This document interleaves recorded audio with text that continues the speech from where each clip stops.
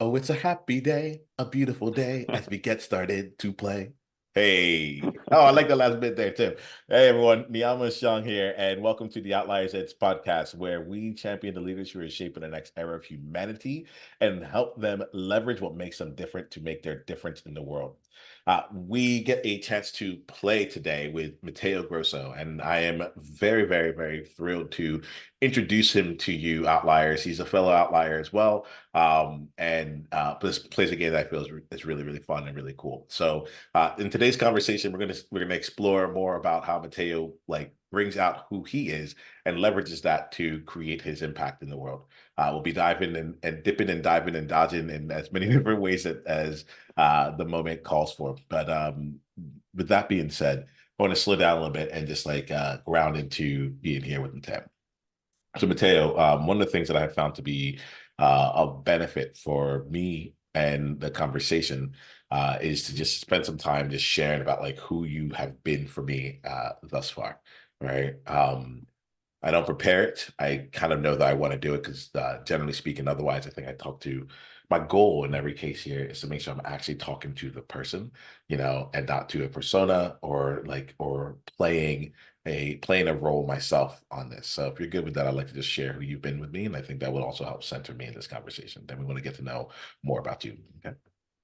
Awesome. Let's do it. Thank you very much, Niiamah. Yeah. So Mateo, like the impact you've had on me, what I get about you is that you're someone who like chooses to play at an accelerated pace, but does it in like a how do it's not regulated, but it's like it doesn't have like it doesn't feel frenetic. It doesn't feel hectic, When I spend time with you, I feel an energy coming from you. And I feel an energy of creation, an energy of making things happen. And at the same time, I feel an energy of being able to like relax into it and do really great work, and for me, that's like when I think about my peers in the world, when I think about people I'm co-creating with and outliers out there, I feel like it's really great to be able to meet you in that space.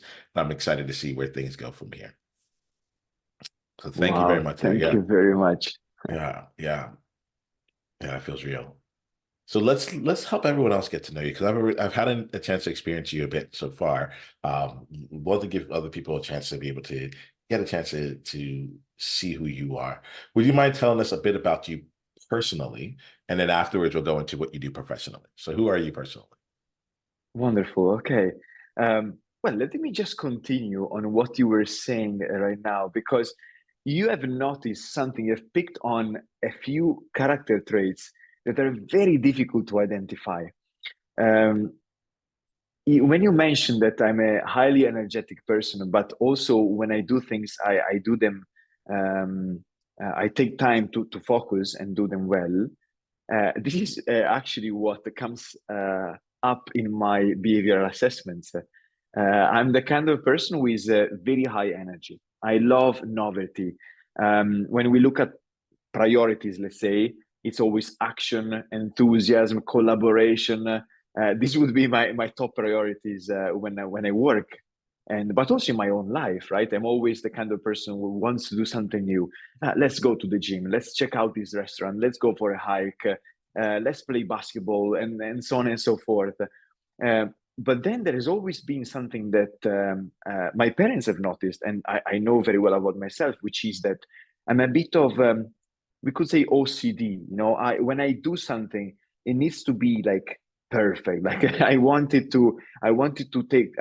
the time. I like to take the time to perfect it. And and it's interesting because usually creativity and quality don't necessarily go hand in hand. These are actually two opposite traits in behavioral science. But when it comes, yeah, to my personality, what I figured out is that I love the novelty, but when I decide and I want to do something, let's say I want to decide the restaurant for the night, I really do my research, and I say, okay, what kind of food does Niiamah like? And okay, I can bring him here because of this and this and this and this. And so that's something that actually it may tell you a lot about my personality. And it's crazy to me that you've noticed that from the first impact, because we were talking about many topics, but then you also notice that sometimes the conversation slows down and we kind of go deep, which is very typical of a conscientious personality and to understanding who we truly are at the core. So it's not superficial, right? As a conversation is always deep. So very grateful for that. Let me know if you have any Well, yeah, comments on let me this, and I bounce can off that one continue. here. Yeah, like what's fun for me is I have one of my values, like my internal and company values, is demonstrate your value, right? And the component of that here is it's like demonstrate your value, so like create the value in the moment, but also demonstrate your values, like show who you are in the moment, right? And what's really fun for me as I'm listening here, and you're saying this is like you're in the demonstration of it. Like you're like, well, when I've done this assessment, I've done this assessment. Like I could see how like you're like, I do my research. I know how things tie in. I learn. I like if I go into it, I'm going deeply into it. It's not just something that you say, it is something that you live, and it's something that is like that comes through. So yeah, it's not it's interesting when I reflect at the very beginning here because we've gotten some time to spend together, but not a lot of time, and so it really comes down to like what's one of the core things that plays out for me when it comes to you. And so I'm happy to hear that reflection like landed well. But I loved how like right afterwards you went and you're just like, this is me. You're like, it just came right through. I want to keep building on that. I want to play with the space of like creativity, perfection, like being able, like you mentioned, like the behavioral things that you do. I want to know more about that as well. So why don't you let us know professionally about you? Mhm. Of course, yes. So, well, I used to work in the corporate world for quite some time, right after my studies. Um, when especially in Europe, when you finish your studies, most of the time you don't have a lot of money set aside, and so I've always known I wanted to launch my own business, but well, if you have no money, it's a bit difficult to do that. So I said, okay, let's go into the corporate world. I mean, I love that. I studied international management, so it was the perfect choice. The choice that made the most sense to go to Dublin, Ireland, and from Portugal, where I studied, and I started my career there. And then I noticed that I was very good at training people, and I loved training people. There was the highlight of my day, and therefore, and the people I trained were usually became top performers in the company. And so I noticed that I was like, wow, I've trained this person. I've trained this person. What is something they have in common? And most of the time, they did a couple of training sessions with me. I said, okay, maybe that is something I should focus on more and more. And I decided to take a leap of faith, and I quit my corporate job, and I decided to launch my own company. It's called the T1 Growth Academy. It's an academy, in Florence. I'm Italian, and in Florence we used to have in the 1400, 1300s, I think it's in English. Yeah, in the 1300s, we used to have the academies for the artists. If you were an artist and you wanted to get inspired, you would walk into an academy and you would find painters, sculptors, all the different kind of arts, and you could inspire yourself just by looking at these people. And I said, why don't I build a virtual academy of people who are passionate about behavioral science, leaderships, and the topic I treat? And well, I built the academy, and now I work as a trainer for Fortune 500 companies, mostly in the tech sector, but sometimes also other companies, or a personal coach for individuals. And my focus is leadership, the first two dimensions of leadership, so self mastery and leading teams, with a specialty on behavioral science. As you may have noticed before, I love understanding what makes people do what they do. And so I also touch on a few other topics like neurolinguistic programming, neuroscience, but behavioral science is really my core.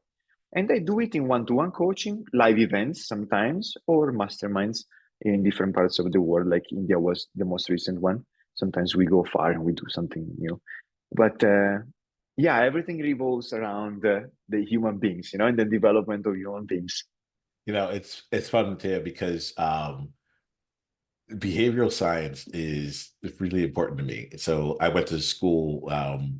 I came there as a math major. I graduated as an economics major, and I really started to find that like the type of economics that really lit me up was behavioral economics. So when I hear you say this here, it it's interesting because it is part of the reason why I do what I do. Like you said, like why do people make the decisions that they make? Why what motivates them? So on and so forth. Uh, I have it's taken me back to looking at that approach. I'll be kind of curious, like from like the I'll say as a behavioral scientist, then right? How do you like what are like how does that like apply in terms of like not that, but what is like experiments? Like I think about like behavioral science and I think about experiments along the way. I'm kind of curious about like how you incorporate experiments into the work that you do. That's a good question. Yes. Well, I usually do coaching once every 2 weeks. So people always have a couple of weeks to incorporate everything we talk about in the sessions. And I found it to be more beneficial compared to the work I used to do with when I had the coach, when I had my coaches, because with my coaches we used to meet multiple times per week, or even or once per week. And the problem that I found as a coach is that I never had enough time to actually try out things in the first place, and therefore I would get to the second, third coaching session that I didn't really know how to how to experience these things, and so I would constantly ask for more time, from my coaches. So we have these 2 weeks, and well, if we work one on one, we do a lot of behavioral assessments, the DISC, 16 personalities, Enneagram, Big Five, and so on and so forth. We have more than 30 assessments that clients can take if they want to take them. So there is a lot of experience. And when we get into the part of communication and negotiation, which is leading teams, people actually have to engage in these communications and negotiations. So let's say I have 8 coaches, for instance. I pair them 2 and 2, etc., and I make them negotiate with one another. Because when I was at university, my master's degree, I took a course of negotiation, and the thing I loved the most about the course was the practical elements of the course. And therefore, this professor was from INSEAD, the MBA in France, one of the most important MBAs in the world. And he said, guys, you need to put things into practice. If I teach you, it's not the same thing as if you try to negotiate yourself. And so that's what I did.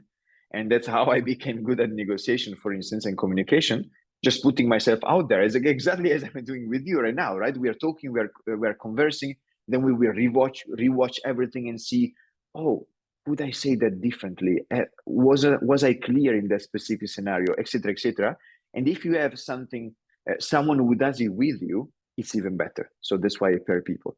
And if you are in events, etc., it's even better because you have even more peers that can give you some sort of suggestion Like and the some sort of feedback loop feedback. Yeah. is yeah. So there's a couple of things that show up there for me. The one I want to play with first, right? So I might come back to feedback loops in a bit, but the one I want to play Yeah. back first is you talked earlier about like like perfection, and like going down there. But you're also like talking about like getting out there and do it. Like if you want to really learn it, like you have to go out and do it. So I feel like that is a place where when I think about my outliers, I think about my clients, I think about the conversations I have, the it seems like you found a way to be both in action and still pursue perfection. So tell us a little bit about like how that works for you specifically. Wow. Okay. All right. I've done a lot of work on this. A Okay, this is lot of good. work on This this. is good. All right, we Yes. gotta get your Yes. mastery on it. Okay. So first of all, I had to work on my mental associations for risk and failure, because I used to associate risk with something that used to scare me a lot, something very scary, and failure with, I used to make failure existential. So if I fail at this specific conversation, I am a failure. I would identify with the failure. this comes, well, this is a bit of the work of a therapist, but if we look at my past, I come from a family of professors. And as it is quite typical of professors, they were very, very strict and very, they used to criticize me a little bit. Whenever they saw something I could improve, hey, Matteo, why don't you do this? Why don't you do that? And so, of course, I was always afraid of like doing something because I knew that whatever I did, I would have someone who was trying to criticize me, right? And when you're a child, you don't really understand it's for your own good. It's not constructive criticism.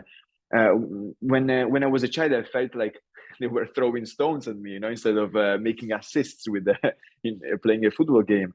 And so I had to rewire my brain and say, okay, wait a second. Risk is a privilege because I can take some risks. Some people in the world cannot take risks. They're not in a position where they can take some risks. I could take a risk and launch my own business because I had some money on the side. I didn't have like a wife and children. So I was privileged, and of course I come from like a first world country, from an amazing family, that can also support me if something goes wrong. So first, privilege. Second, failure. Failure is a blessing. I realized that the only way to not be criticized was always stay in my comfort zone. But the problem is the comfort zone shrinks. And so you find yourself doing less and less and less. And so instead of going up in the plateaus of mastery, you kind of go backwards. And I was so scared about that, Niiamah, that I said, wait a second, I need to fail because when I fail, I'm hitting my head against the next level. I mean, hitting my head against the rooftop, and at some point I will break this rooftop and I get to the next level. And so when I work with people and they say, oh, I've never failed in my life, I get very suspicious because I'm like, wait, are you actually trying? Or are you staying in your comfort zone? So once I rewired my brain and I learned these two associations, I said, wait, okay, now I know. And so the difficulty with perfectionism is that we have a perfect image. We build the perfect image of ourselves in our head. And when we fail, we are so. Matteo, do me a favor right now. Yeah. I'm following you, but do me a favor, make this real for me. So like I'm hearing you talk about we, like kind of like in the royal we kind of perspective, but like tell me about your experience with it. That will help me like stay, because I pay attention as I go in. As to like when am I locked in and when am I not, and I lose it when we get to like the general. Like I want to know about you. Like tell me about what your experience with perfection and failure. Okay. Well, for instance, when I started working in the corporate world, I wouldn't take any chances, and I would take a long time in order to take some action and to do everything at perfection. And I would always pride myself, and I was always telling my manager, see, the work that I do is a very high quality. Like these people, my colleague, they're not doing high quality work. And only later I realized that was a very, very stupid move, first of all. And that showed a lot of insecurity on my side, because the reality was that I was afraid that someone would tell me, hey, Matteo, you're not capable of doing high quality work. So I was always taking more time than I should take. And I was always hiding against this perfectionism that actually doesn't exist. It's what is perfection? It's very difficult to say what perfection is. And actually I had managers who told me that, said, hey, Matteo, but so you think you couldn't achieve this degree of perfection in half the time? Or you think that, for instance, you're really better than everyone else in the team, and even the most senior people? And I realized, I said, wait, no, maybe no. And that's the same thing that happened when I started my entrepreneurial journey. I have a friend and who is an exceptional entrepreneur, and this guy is always doing something. And I'm like, how can you always do something? I mean, I need time to perfect and think and etc. And he said, like, he's one of my best friends, and he said, man, you're just full of shit. So what? I said, what do you mean? It's like, man, you're just full of shit. That's a good friend there, huh? That's a good friend. That's a good friend. And like, what do you mean? Like, And it's, yeah, because you're afraid, you have this perfect image of yourself, and you're afraid that we will see you in a different light. We will see Matteo as a loser. We will see Matteo as someone who cannot be trusted or cannot handle responsibilities. And he said, but Matteo, this is the only way. Like, if you don't try, you will never get better at what you do. So that for me was an important lesson, because basically um, accepting that I am an imperfect human being that aims at perfection was very um, was a was something that freed me from any sort of judgment. So I said, yeah, that's true. I'm not perfect. I'm aiming for that. It's okay if I don't do it, and I always fall short because maybe my goals are bigger, but it's okay. I Because in gotta the long thank run, you. I go up. I gotta thank you here for like being so like receptive to making it real. Because I will be honest, I got a ton from what you just said there, in a way that like Wow. felt very, very, very like applicable. So can I like there's some things I want to unpack. This time I'm gonna actually speak directly to outliers on this here because of some of the things you brought in. Are you good with that? Absolutely. All Absolutely. right. So outliers, there's some questions I have for you. I want you to just like slow down here with. It's just like think about like what is the image that you hold of yourself or the image that you want other people to be thinking of you? Mateo, in this conversation, you're talking about like in this case, you had an image of perfection, the perfect, whatever the Yeah. perfect was, and that was it. For me, sometimes it's like it's being able to be seen as like not really trying because I don't want people to think that like I am too smart or like too something, right? So I try and keep up that image. Like outliers, I'm going to invite you right now into like what's the image that you're holding in your mind that you want other people to perceive you of, right? And then like similar to how Mateo's gone through this process, like what would it be like to be able to you almost like you said like you still hold perfection as an idea, but you Mhm. allow the imperfect you to go, right? So like I want to just give you some time to just become aware. What's the image that you hold for yourself or that you want others to think about you of? And then if you had to be your own best friend and give yourself some old, like your like some real advice or some realness, what would you say to yourself? And why don't we leave it there? Let's just start breaking up, open the awareness overall.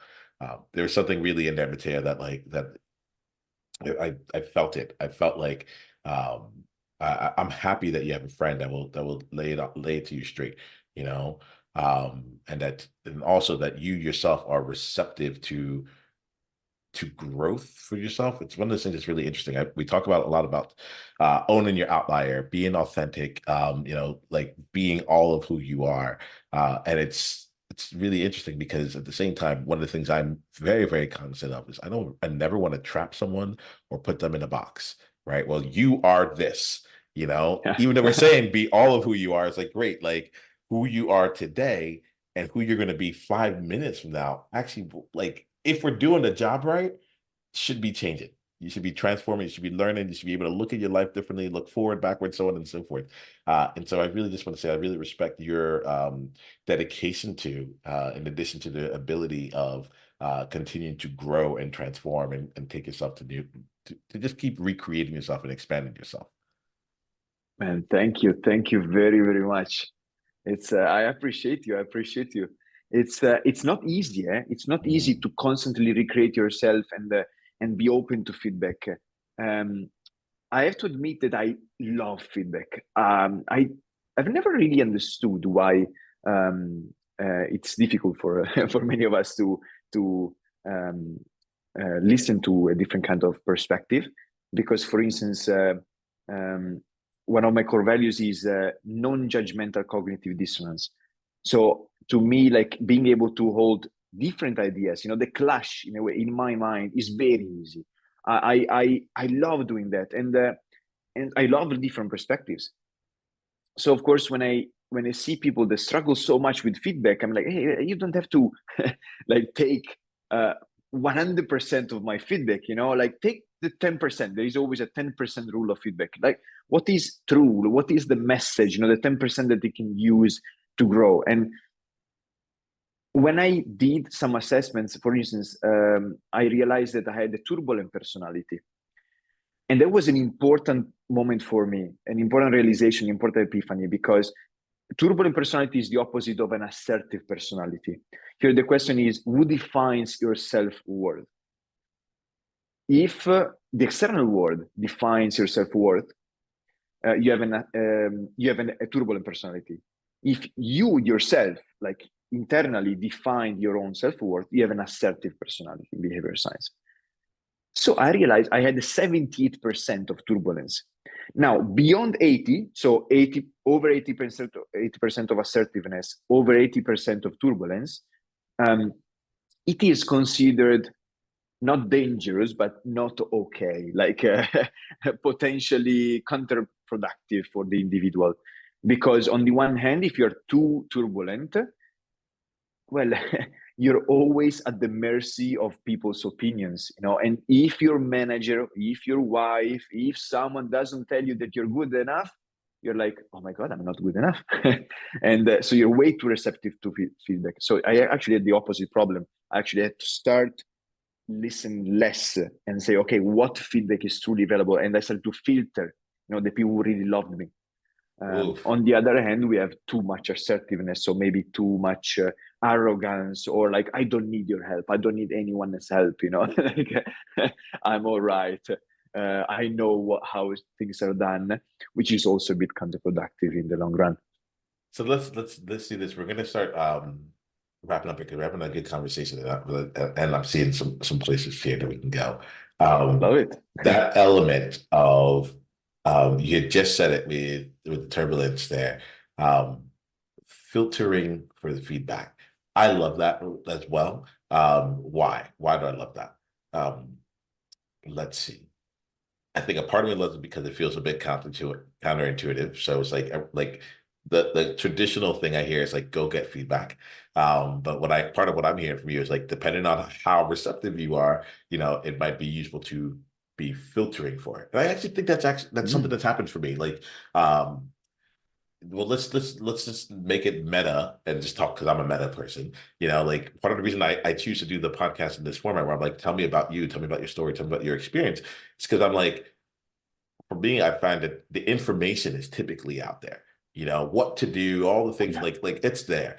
The question becomes just because it's there though. Like one thing I know is just because it's there doesn't mean that like you can get it. Just because you have the information doesn't mean you're actually gonna be able to implement on it.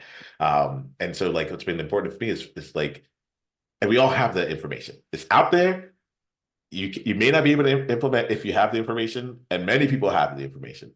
So the question for me becomes like, if that's the case, if this is like readily available, just go Google it. You'll get so many different people that like, what's the real differentiator? And for me, the real differentiator becomes who's the person you want to trust, who's the person whose feedback you want to allow in, you know. And so as you say that becomes something really important to me. That's like it's why I choose to let people I'm like, let's make sure that you as an individual is seen because the expertise will come. That's associated there. So just when you say that there, it's almost like filter for your feedback. And I recognize it now. Like there's a few people, like I'm now one of those people who will read 2 or 3 books, but I'll read it over 50 times. And each time I do it, I'm trying to actually implement it. And I'm like, I know that there's other things I can do, but like actually, like if I just did what was here, we would be good. Now, the books I read over 50 times are books that can take me that are that big. Some books have just like a very small idea. Like it's, I don't need to read it 50 times for that.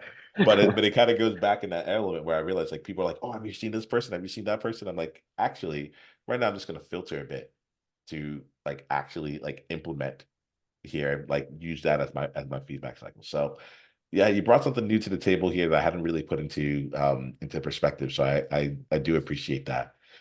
Let's go with this then, Matteo. We're going to wrap up this part of the conversation. What I'd like to do is first just say thank you. Thank you so much for like being here. Thank you for playing as fully as you did. Um, let's do this in 3 parts. The first part is this. Um, if there was anything that you would like to like leave for any outlier who's listening in terms of like one more takeaway. I call them outsights. I like most of the conversation to be insights for people, for them to like listen and get their own All insights. right. But like when someone's like, hey, here's a takeaway for you, I call that an outsight. So if you have an outsight that you like to share with outliers before we leave, what would that be? And then afterwards we'll figure out how we can like stay in your world afterwards. All right, what's an outsight you'd like to leave with them? Okay. Um, what kind of outside would you like to receive? In what area? In what? I think it's what, like, Um, in this case, I'm gonna leave it kind of open. Just like from any part of this conversation, if there's like anything that mm, you're gonna like be like, hey, outliers, like don't miss this, you know. What's mm. just something here that you feel like might be like a nice takeaway that you would like for outliers to walk away with? So probably the thing that connects many things that we have said is looking at things from another perspective. Usually, as human beings, we are very at the CIA they call it perception versus perspective, and it's one of the things they teach at the CIA in communication. When you are in a communication, when you want to know yourself, you only have your own perception, and it's a very biased perception. So the my goal has always been, how can I see my blind spots? How can I see what I'm not seeing? So for instance, I take an assessment, it says 78% turbulence. I'm like, what? Okay, i found I found out something that I can work on. Okay, so perspective is very important, and so surround yourself with people like my friend, like, who was able to tell me, like, hey, like, you're full of shit. That's a perspective. Like, I tell you because I can see it from the outside. Um, and that was very, very valuable for me. And then you take an action, you decide, you identify an action item based on that external perspective, if it is a valid perspective, of course, so that you can grow. Well, I love it. Thank you very much. That's getting me thinking. You got me thinking a lot. Like I've gotten a lot from this conversation. For those of us who are interested in continuing the journey, who have decided that, hey, I want to filter in more Matteo into my world. What's the best way for them to continue the journey with you? Oh, well, for sure, if you check on the website of T1 with the number growthacademy.com, or if you look for Matteo Grosso Coach on Instagram, LinkedIn, even Facebook, you will find me. And contact me with any questions. I mean, I'm very open to questions. Let me know what you like the most about the podcast. If there was any takeaway that was useful, very, very happy to always hear what people think about the time we spent together. So, and thank you, Niiamah, for offering this platform and for inviting me onto your podcast. I was delighted to receive the invitation and excited to meet you and to talk to you. Well, I'm glad you said yes. I know my invitation came out of nowhere, so I'm glad you said yes. Well, enough with this here. Was one question that I wrap everything up with, and it's the time capsule question. And so, Mateo, my question for you is this: if you had to leave a message for yourself, knowing everything you know right now, if you had to leave a message for yourself, but like 20 years later, so that like wherever you are, you will be reminded of something that you know to be important and true right now. What is a message that you would leave for yourself?